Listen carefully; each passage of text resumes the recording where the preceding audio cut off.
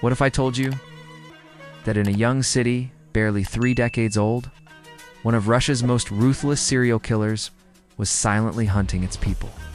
He wasn't a criminal mastermind. He wasn't a famous villain. He was just a truck driver. Someone you might pass on the street and never notice. But for nearly 10 years, he turned Engus, a city built on hope and industry, into a place of fear and death. This is the chilling story of Potcop, the monster of Engus. Engus was founded as a symbol of Soviet progress. Wide boulevards, busy factories, young families moving in with dreams of a brighter future. But in 1992, that dream cracked. On a cold morning, workers found the mutilated body of a young woman by the riverbank. She had been brutally assaulted, her life snuffed out in a way too cruel to comprehend. Police believed it was an isolated case, till months later, another body surfaced, and then another. The pattern was unmistakable. Women, always young, always attacked in eerily similar fashion. For the first time, whispers of a serial killer began to ripple through Engus. From 1992 to 1998, the nightmare grew. More than a dozen women were murdered. The city lived in constant fear. Families warned their daughters never to walk alone. Taxi drivers refused late-night calls. Neighbors locked their doors before sundown. By day, Engus looked alive, one resident later recalled, but at night it felt like a ghost town. Everyone knew he was out there, we just didn't know who. For investigators, every crime scene was a dead end. No fingerprints. No clear witnesses, whoever the killer was. He seemed to vanish like smoke. It was as if Engus was cursed, a city too young to already have its own monster. In 1998, luck finally tilted toward the police. At one scene, a small trace of DNA was recovered, crude by the standards of the time, but enough to keep on record. Then came the second clue. Neva truck tire marks, pressed deep into the mud. Piece by piece, the image sharpened. The killer was mobile. He knew the city's alleys, the factory zones, the forgotten roads.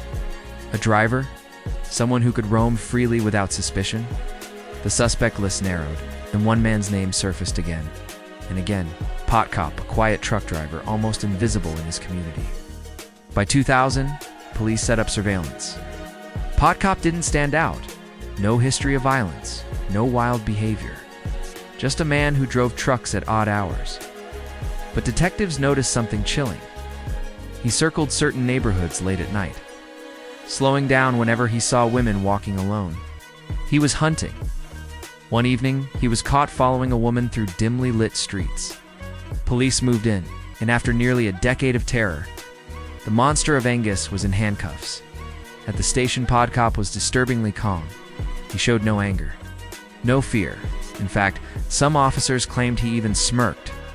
When confronted with the DNA match, a perfect link to several murders, he simply lowered his head and said nothing.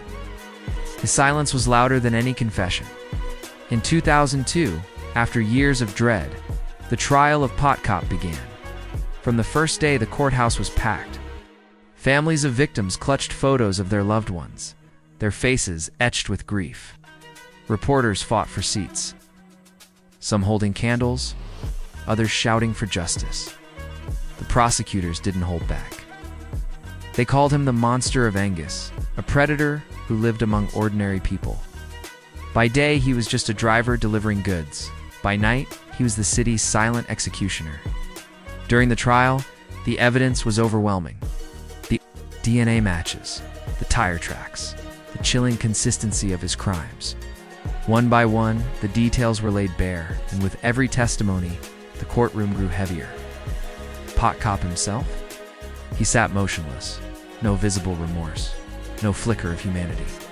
When asked why he did it, he gave vague, almost mocking answers. Because they were there. At one chilling moment, a mother of a victim screamed across the courtroom, "Monster, you stole my daughter." Potcop only stared back, expressionless. Under the crushing weight of evidence, he confessed to 17 murders. But investigators, and many in the public, believed the number could have been far higher. Some unsolved cases bore his exact signature, but he never admitted them. Perhaps he enjoyed keeping secrets, trophies locked away in his mind. When the judge finally delivered the sentence, life imprisonment without parole, the room erupted. Some wept, some cheered, others simply collapsed in exhausted silence.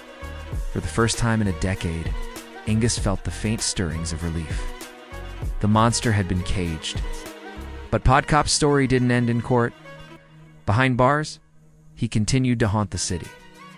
In interviews with investigators, he coolly described crimes in shocking detail.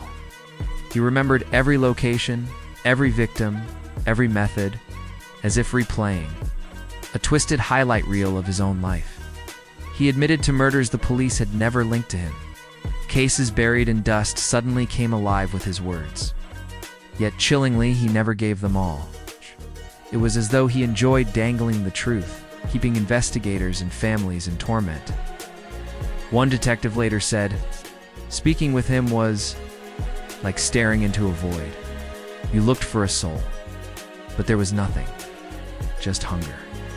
The families of victims were left in limbo.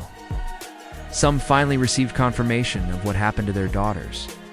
Others never did. For them, Potcop's silence was a second sentence, a cruel reminder that some answers may never come. Even today, Engus carries the scars. Older residents still remember the years of fear. The parents still warn their children not to trust strangers. And every so often, when a body is discovered under mysterious circumstances, whispers of Potcop resurface as if his ghost still prowls the streets. Potcop's story is not just about the murders he committed, but about the fear he left behind. Proof that the darkest monsters are not found in nightmares, but in the quiet neighbor next door. Though Engus has moved on, the shadow of Potcop will never truly fade.